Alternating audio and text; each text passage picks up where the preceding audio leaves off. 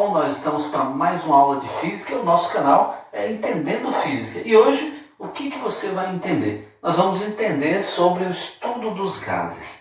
Esse é um vídeo muito interessante porque ele está passando de uma parte de termologia e calorimetria e ele vai ligar esse vídeo de hoje, o próximo vídeo, vai ligar com o estudo da termodinâmica. Então, falar do estudo dos gases é um vídeo intermediário entre termologia e calorimetria para a termodinâmica. E é também um assunto que você vê em física, mas também viu ou vai ver em química. Então, vai acabar um ajudando o outro. Em química, uma abordagem mais voltada para a parte de como os mols se comportam e tudo mais. E aqui nós vamos trabalhar com as transformações gasosas, ok?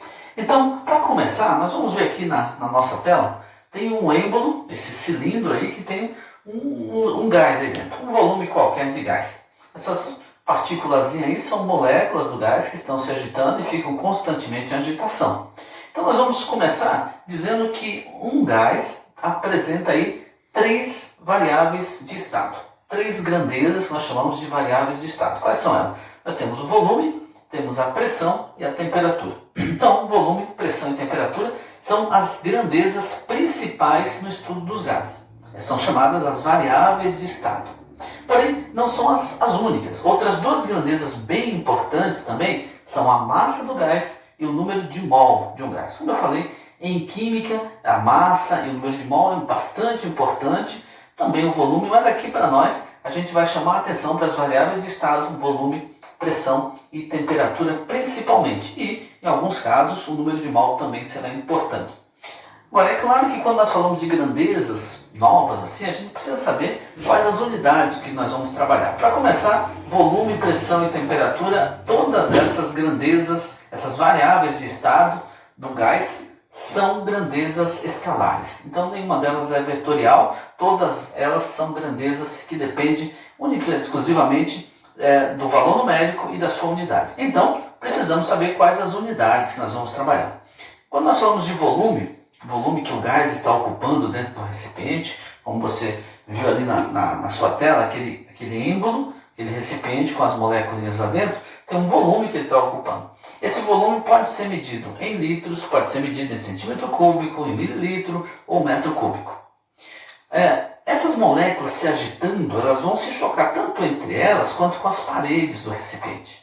E esse choque com as paredes do recipiente é onde vai determinar qual é a pressão daquele gás em consideração. Então a pressão do gás está associada com os choques dessas moléculas nas paredes do recipiente. Quais as unidades para medir a pressão? Então nós temos atmosfera, milímetro de mercúrio e Newton por metro quadrado. Quando nós estamos tratando em química, normalmente a atmosfera e milímetro de mercúrio são as grandezas principais mais usadas. Mas aqui no sistema internacional nós vamos trabalhar com Newton por metro quadrado. Assim como o volume no sistema internacional é metro cúbico. E por fim a temperatura. A temperatura, se você tem acompanhado as aulas, você já viu, nós já falamos em outros vídeos, mas se não você vai lá na playlist de termologia e você vai encontrar que a temperatura pode ser dada na escala Celsius, Fahrenheit e Kelvin. Mas no sistema internacional é Kelvin, o que nós vamos usar aqui é Kelvin e tem que ser em Kelvin. Mesmo que o problema apresente as temperaturas ali em Celsius, nós necessariamente temos que passar para a escala Kelvin e depois, quando estivermos falando das fórmulas, você vai ver principalmente por que isso acontece. No sistema internacional, então, nós vamos trabalhar com Kelvin para a temperatura, com Newton por metro quadrado para a pressão e metro cúbico para o volume do gás. Agora, de modo especial, a gente vai atentar para a transformação gasosa. Então, veja agora na sua tela que nós temos aquele êmbolo inicial, um êmbolo, um cilindro, que tem aí algumas moléculas, tem as partículas de gás que estão se agitando. Esse êmbolo tem lá a pressão, o volume e a temperatura, que nós estamos chamando aí de P1, V1 e T1, que é a pressão no primeiro momento, o volume no primeiro momento e a temperatura nesse primeiro momento, que é o estado inicial. E nós vamos causar uma transformação para o segundo momento. E aí nós temos P2, V2, T2. No primeiro caso, essa transformação aí, nós estamos vendo que no primeiro caso foi colocado ali uma velinha ali embaixo. Nós estamos aquecendo aquele volume de gás. E evidentemente, você sabe intuitivamente, se você pegar um êmbolo, colocar uma tampa lá e esquentar, o que vai acontecer? As moléculas vão se agitar. E como elas vão se agitar, nós já falamos que a pressão é o choque dessas partículas com as paredes do recipiente. Se esse êmbolo estiver travado, elas vão se agitar, vão bater para ali, a pressão vai aumentar e se ele não aguentar, uma hora vai explodir. Agora, se nós estamos aquecendo, como é o caso aqui do nosso exemplo, e esse êmbolo está solto, o que vai acontecer? Ele vai agitar, vai aumentar a pressão e ele vai levantar a tampa do êmbolo, que é o que nós estamos vendo. A transformação está acontecendo assim. Nós temos um volume que foi aumentado. Agora, por que esse volume foi aumentado? Ora, a pressão aumentou e para compensar esse aumento de pressão, então o volume aumentou para que nós tivéssemos a situação, mantendo a situação inicial. Então, pressão inicial, volume inicial, temperatura inicial, houve uma transformação, nesse caso aqui nós temos um aumento da temperatura e com o aumento da temperatura necessariamente houve um aumento da pressão lá dentro, o que causou um aumento no volume para que pudesse não estourar aquele recipiente, né? Estava aberto, então o volume foi aumentado. Nós vimos aí então que nesse exemplo, nesse modelo que nós colocamos aqui, aumentando a temperatura, houve um aumento da pressão e, por conseguinte, fez com que o volume aumentasse. Então, para que essa pressão se mantenha constante, o volume aumentou. Necessariamente ele aumentou para manter a pressão como estava, senão ela só aumentaria. Pensa numa panela de pressão. Se você tiver lá uma panela de pressão, daqui a pouco ela começa, o que está lá dentro começa a ferver. Se você tampasse aquela válvulazinha, o que iria acontecer? Bom, vai aumentar a pressão lá dentro, se a válvula estiver tampada, uma hora que ele vai explodir.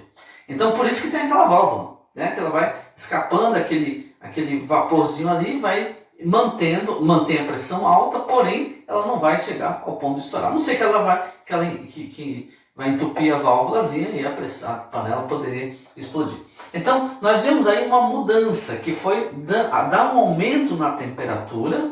Necessariamente nós tivemos um aumento no volume para que a pressão se mantivesse constante nesse caso. Agora, evidentemente, nós poderíamos ter transformações em que a temperatura se mantém constante.